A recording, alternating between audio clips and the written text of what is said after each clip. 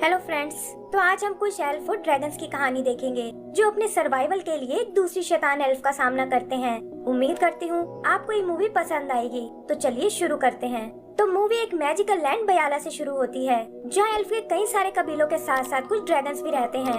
Elf dragons के अंडों की देखभाल करते हैं और हर साल ड्रैगन फीस्ट वाले दिन उन्हें उनके अंडे वापस कर देते हैं ताकि बेबी ड्रैगन सबसे पहले अपने पेरेंट्स को देख सकें। लेकिन फिर एक दिन शैडो एल्फ की क्वीन ओफीरा ने सभी अंडों को चुरा लिया और सन कबीले की प्रिंसेस सूरा को भी अपने साथ ले गई। ड्रैगन्स भी एक एक करके वहाँ से गायब हो गए और ओफीरा की बढ़ती ताकत ने बयाला के मैजिक को फेड कर दिया। इसी दौरान पता चलता है कि सूरा शैडो कैसल से भाग निकली है और ओफीरा अपने लोगों से उसे पकड़ने को बोलती है। सूरा की मदद तो शैडो एल्फ करते हैं जिनके नाम है ज़ारो और नूरी, लेकिन बहुत कोशिश करने पर भी एक जगह गार्ड्स उन्हें घेर लेते हैं। तब सूरा अपना मैजिक यूज करने की सोचती है जिस पर उसने पूरी तरह से कंट्रोल नहीं पाया है और इसी वजह से नूरी गार्ड्स के हाथों पकड़ी जाती है। ज़ारो जबरदस्ती सूरा को वहाँ से भगा कर ले जाता है और ओफीरा कहती है कि अब इससे कोई फर्क नहीं पड़ता क्योंकि जल्दी ही मैं बयाला पर कब्जा करने वाली हूँ। इधर सूरा और ज़ारो सन कबीले में आते हैं और ज़ारो उसे दोबारा मिलने को बोलकर वहाँ से चला जाता है। यही हम सूरा की बहन फेया को देखते हैं जो अचानक उसके वापस आने से बहुत खुश होती है, लेकिन देखती है कि उसके विंग्स बिल्कुल शैडो क्लैन जैसे हैं। वो उसे समझाती है कि इस बात से कोई फर्क नहीं पड़ता और तुम हमेशा एक सन एल्फ ही रहोगी। आगे हम एक दूसरी एल्फ मार्विन को देखते हैं जो नहीं जानती कि उसके पेट के नीचे एक ड्रैगन का अंडा रखा हुआ है जिसमें अचानक से हलचल होने लगती है। उसकी आवाज उसके पेरेंट्स तक भी पहुंच जाती है जो बयाला से थोड़ी दूर एक ड्रैगन पीक में रहते हैं और पापा ड्रैगन अपने अंडे को चेक करने जाता है। यही सूरा भी अपने बड़ कुकू के साथ सैर पर निकली है और देखती है कि मैजिक के बिना उनके प्लांट्स मर रहे हैं। तभी वहाँ वो पापा ड्रैगन आता है और सूरा को यकीन नहीं होता कि ये जीव अभी भी जिंदा है। फिर ड्रैगन अपने मैजिक से कुछ फ्लावर्स को जिंदा कर देता है और सूरा को ये देखकर बहुत खुशी होती है। तभी उसे याद आता है कि आज उसकी बहन इला क्वीन बनने वाली है और वो तुरंत कुकू को लेकर पैलेस की ओर निकल जाती है। इधर मार्विन की नजर उस अंडे पर पड़ती है और उसे लगता है कि ये शायद कोई मैजिकल पत्थर है जिसे पाकर क्वीन इला को बहुत अच्छा लगेगा और वो भी उसे लेकर पैलेस की ओर जाने लगती है। आगे का सीन पैलेस का है जहाँ इला अपने राज तिलक के लिए तैयार हो रही है और उसे इस बात की चिंता है कि आखिर वो ये सब कैसे संभालेगी, क्योंकि एक तरफ तो ओफीरा की पावर बढ़ती जा रही है और दूसरी तरफ एल्फ के बाकी कबीलों में आपस में बिल्कुल नहीं बनती। तभी सूरा और फेया आकर उसे ड्रैगन के बारे में बताती है, लेकिन इला को लगता है कि वो दोनों शायद उससे मजाक कर रही हैं। जल्दी ही सेरेमनी स्टार्ट हो जाती है जहाँ शैडो क्लैन को छोड़कर बाकी सारे कबीले आए हैं और वो एक दूसरे को देखकर बिल्कुल खुश नहीं होते।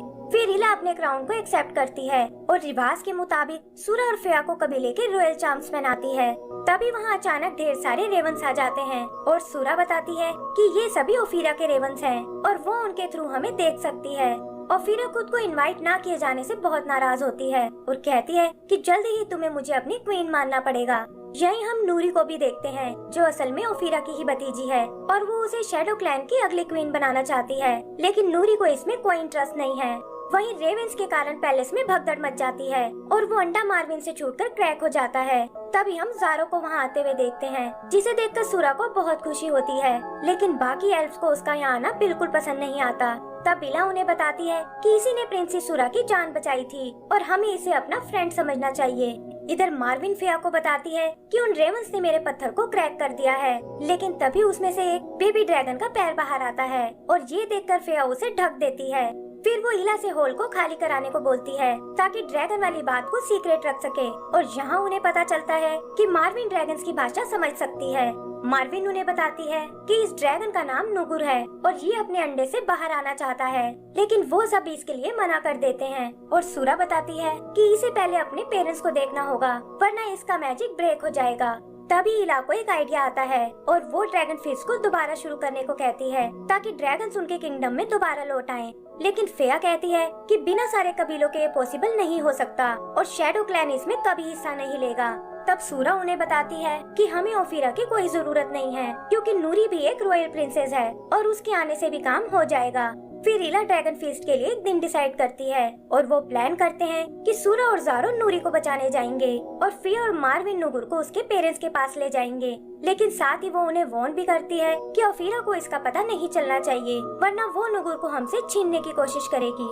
फिर हम उन्हें अपनी जर्नी पर जाते हुए देखते हैं और यहाँ इला बाकी कबीले वालों को मनाने में लग जाती है। सबसे पहले वो आइस कबीले से बात करती है जो आइस पिघलने से बहुत परेशान है और उन्हें बताती है कि ड्रैगन्स के साथ उनका मैजिक भी वापस आ जाएगा। फिर वो यही बात रेनबो किंग को भी समझाती है और वो भी उसका साथ देने के लिए तैयार हो जाता है। इधर सूरा और उसके फ्रेंड्स एक जगह कैंप लगाते हैं और पता चलता है कि ओफीरा भी रेवन के थ्रू ये सब देख रही है और सोचती है कि आखिर ये सब क्या चल रहा है। इस पर नूरी कहती है कि बाकी एल्फ तुम्हारी तरह बोरिंग बिल्कुल नहीं है और उन्हें मालूम है कि अपनी लाइफ को कैसे एंजॉय किया जाता है। लेकिन ओफीरा को दाल में कुछ काला लगता है और वो अपने रेवंस को उन्हें चेक करने भेजती है। सूरा और उसके दोस्त उन्हें देखकर भागने लगते हैं और ओफीरा समझ जाती है कि वो लोग जरूर उससे कुछ छुपा रहे हैं। वो उन्हें पकड़ने के लिए अपनी स्टॉर्म पावर का यूज करती है और नूरी चाहकर भी उसे नहीं रोक पाती। जल्दी ही वो स्टॉर्म उन एल्फ तक पहुंच जाता है और क्योंकि सूरा खुद भी शैडो मैजिक सीख चुकी थी, वो उसका यूज उस स्टॉर्म को रोकने में करती है और ओफीरा का सिर भी ये देखकर चकरा जाता है। फेयर सूरा के स्पेल को देखकर बहुत इम्प्रेस होती है और सूरा बताती है कि ये सब शैडो कैसल में रहने का नतीजा है। उसे लगता है कि ये मैजिक उसे भी शैतान बना रहा है और वो इससे छुटकारा पाना चाहती है। उधर इला फॉरेस्ट क्लैन को भी अपना साथ देने के लिए तैयार कर लेती है और वो सब ड्रैगन फीस्ट वाली जगह के लिए निकल पड़ते हैं। ओफीरा को भी फाइनली उनके प्लान का पता चल जाता है, लेकिन उसे समझ नहीं आता कि बिना ड्रैगन वो इस फीस्ट को कैसे करने वाले हैं और वो अपने रेवन को सूरा पर नजर रखने को बोलती है। आगे हम सूरा और उसके दोस्तों को देखते हैं जिन्हें रास्ते में एक चमकता हुआ गड्ढा नजर आता है और उसमें से होते हुए वो एक फेमस मैजिशियन बिलारा के पास आ पहुँचते हैं जिसे काफी टाइम से किसी ने नहीं देखा था। वो उन्हें बताती है कि ड्रैगन के क्लोज रहने से उनका मैजिक और स्ट्रॉन्ग हो जाता है और मार्विन का मैजिक है एनिमल से उसका बात कर पाना। तभी खेलते हुए नुगुर का शेल टूट जाता है और बिलारा तुरंत उसकी आंखों को ढकने को कहती है। फिया उससे बाकी ड्रैगन एग्स के बारे में पूछती है, लेकिन बिलारा कहती है कि ओफीरा बहुत ही चालाक लेडी है और कोई नहीं जानता कि उसने वो एग्स कहाँ छुपाए हैं। फिर वो सूरा को अपने साथ एक ब्लू स्टोन के पास ले जाती है और बताती है कि ये हमारे क्लैन का पवित्र पत्थर है जहाँ एल्फ खुद को डिस्कवर करने आते हैं। वो उसे अपनी पावर्स पर भरोसा रखने को कहती है और सिखाती है कि इस मैजिक को कैसे कंट्रोल किया जाता है। सुबह वो उन सबको एक बोर्ड बनाकर देती है जिसके थ्रू वो अपनी जर्नी को कंटिन्यू कर सकते हैं और साथ ही उन्हें अपने पेट यूनिकॉर्न से मिलवाती है जिसे देखकर वो सब बहुत एक्साइटेड होते हैं। तभी हम ओफीरा के रेवन को देखते हैं जो नुगुर को पकड़ने की कोशिश करता है, लेकिन मार्विन एंड टाइम पर आकर उसे बचा लेती है। बिलारा भी उनसे अलविदा लेती है और कहती है कि मैं कल तुम्हें फीस्ट वाली जगह मिलूंगी। इधर ओफीरा एक ड्रैगन को देखकर बहुत हैरान होती है और कहती है कि मैं इस फीस्ट को नहीं होने दूंगी। सूरा और उसके दोस्त आगे बढ़ने लगते हैं, लेकिन देखते हैं कि एक स्टॉर्म सीधा उन्हीं की ओर आ रहा है। नूरी भी ओफीरा को रोकने की कोशिश करती है, लेकिन वो कहती है कि ये सब मैं तुम्हारे लिए कर रही हूँ और तुम्हारा फ्यूचर इसी पर डिपेंड करता है। फिया सूरा से अपनी पावर यूज करने को कहती है और सूरा भी ओफीरा के स्टॉर्म को रोकने में लग जाती है।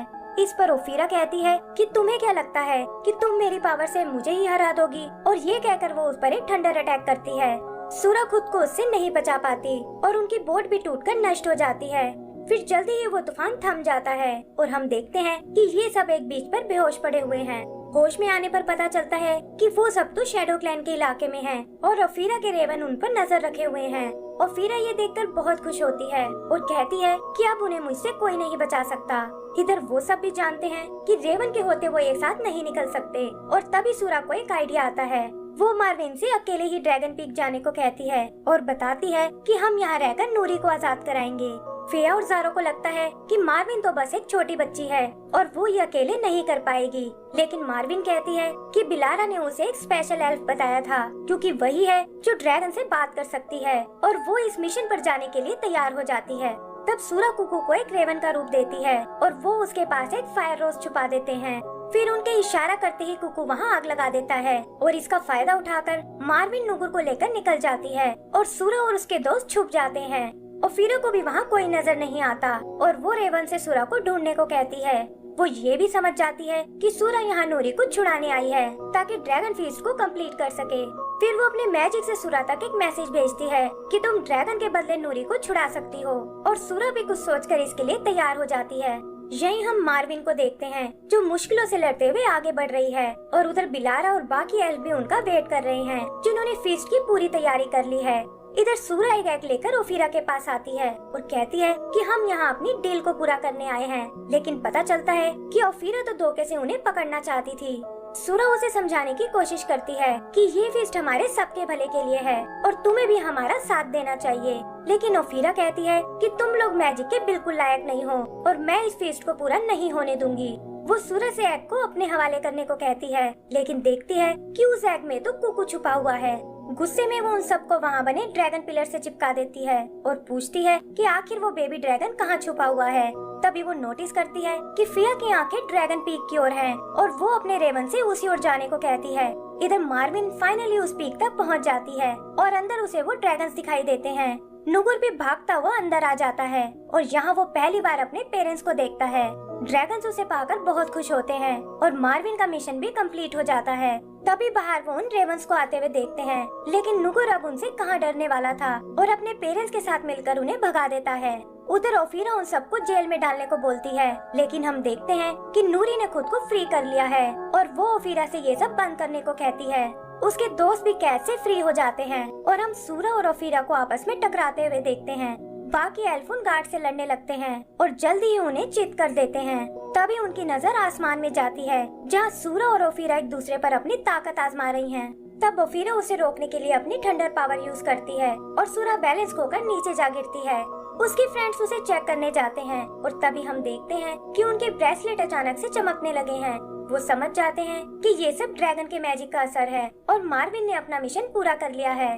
फिर सूरा एक बार फिर अपना मैजिक यूज करती है और वहाँ बने वो ड्रैगन स्टैचूज भी चमकने लगते हैं, जिससे निकली पावर सूरा का साथ देने लगती है। इस बार ओफीरा उसका मुकाबला नहीं कर पाती और एक स्मोक क्लाउड में बदलकर ब्लास्ट हो जाती है। इसकी शॉकवेव फीस्ट वाली जगह भी आती हैं और इला को लगता है कि शायद उसकी बहनें मुसीबत में हैं। तभी वो मौसम को साफ होते हुए देखते हैं और पता चलता है कि ओफीरा एक पत्थर में बदल गई है। तभी उन्हें स्टैचूज के अंदर रखे वो ड्रैगन एग्स दिखाई देते हैं और ज़ारो बताता है कि फीस्ट का टाइम भी शुरू होने वाला है। वो लोग बोट्स लेकर वहाँ के लिए निकल जाते हैं, जहाँ नुगुर और उसकी फैमिली भी उनके साथ है। नूरी को शैडो क्लैन की नई क्वीन बना दिया जाता है और बाकी एल्फ भी उसे एक्सेप्ट कर लेते हैं। फिर वो लोग उन ड्रैगन एग्स को लेकर आते हैं और बिलारा कहती है कि अब ये फीस्ट शुरू करने का वक्त है। एंड में हम उन सबको पार्टी करते हुए देखते हैं।